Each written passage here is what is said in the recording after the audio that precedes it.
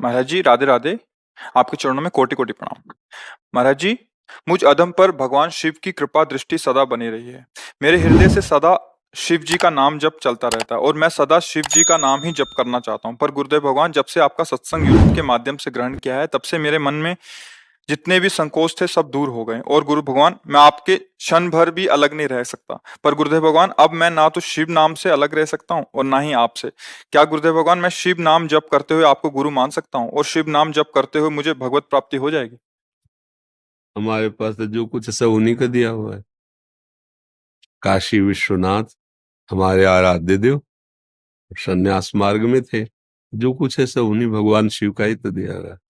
जा पर कृपा न करें पुरारी, सो न पाओ मुनि भगत हमारी। भगवान शिव की कृपा से ही प्रभु से प्रेम होता है, प्रभु के मार्ग में आगे बढ़ा जाता है। नरसिंह मेहता जी को भगवान शंकर ने ही रास में प्रवेश कराया।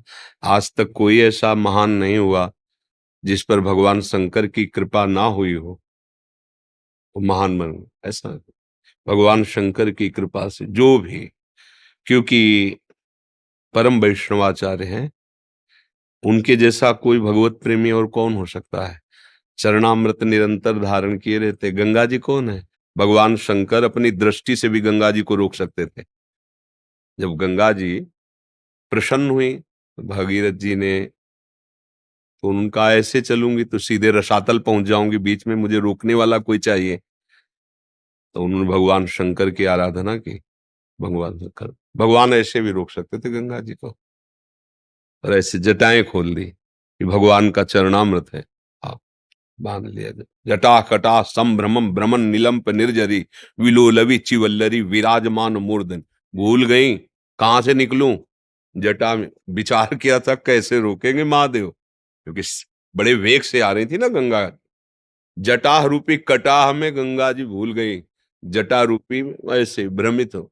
एक जटा खोली, तीन स्वरूप प्रकट हुए। अलकनंदा, मंदाकिनी और भागीरथी जी ने कहा। भागीरथी मृत्यु लोक में, अलकनंदा ऊपर देवलोक में, और जो मंदाकिनी है वो नीचे, तीन जगह प्रवाहित। भगवान शिव बहुत प्रेमी है। वो जब अपने जन पर कृपा करते हैं तो हरि भक्ति प्रदान। भगवान श्री राम जी अपनी अयोध्या में बैठकर एक बार बहुत करुणा करके नगर वासियों से कहा कि मैं हाथ जोड़कर सबसे कहता हूं मेरी बात को समझ लो। भगवान श्री कृष्ण, भगवान श्री राम वही है, कोई दूसरे थोड़ी ना। कह रहे बिना भगवान शंकर की भजन वृत्ति के कोई मेरा प्रेम, मेरी भक्ति नहीं प्राप्त। शिवद्रोही मम दास कहावा, सो नर मोहि सपने नहीं भावा। तो इसमें तो कोई आश्चर्य या प्रश्न बनना ही नहीं है। भगवान शंकर को जब हम ऐसे करके पूछ सकते हैं, नहीं, अपने अंगूठे को लिंगाकार करके हम जल चढ़ा सकते हैं पूजन कर, या बालू का ऐसे बना सकते हैं, तो किसी को भी हम शिव मानकर पूजा करें तो उसमें हमारी भावना थोड़ी बिगड़ जाएगी। वस्तुतः भावना पुष्ट ही होगी, क्योंकि सब में वही शिव तत्व विराजमान है। चाहे उसे भगवान कहो, चाहे उसे हरि कहो, चाहे शिव कहो, नाम अलग है, रूप विविध है, तत्व एक है। समझ पा रहे हैं आप? एक बार श्री एकनाथ जी महाराज, महाराष्ट्र के बहुत बड़े संत हैं, बड़ी महिमा गाई गई रामेश्वर जी की। अगर गंगोत्री से लाके और रामेश्वर जी में चढ़ावे तो सीधे परम धाम का वो अधिकारी हो जाता है। प्राय भक्त लोग ऐसा करते हैं, तो वो भी भक्त मंडली के साथ महाराष्ट्र से गंगा जल लाकर रामेश्वर जी चढ़ाने जा।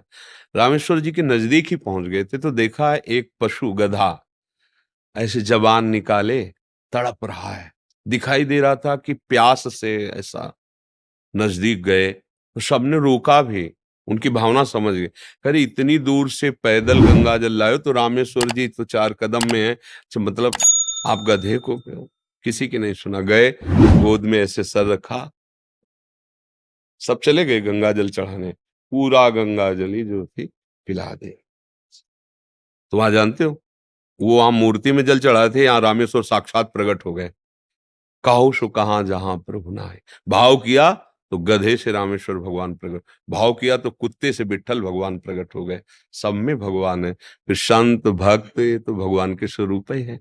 कहीं भी अपने भगवान का भाव मान करके उसको भजन करे तो निश्चित भगवान की प्राप्ति हो जाती है।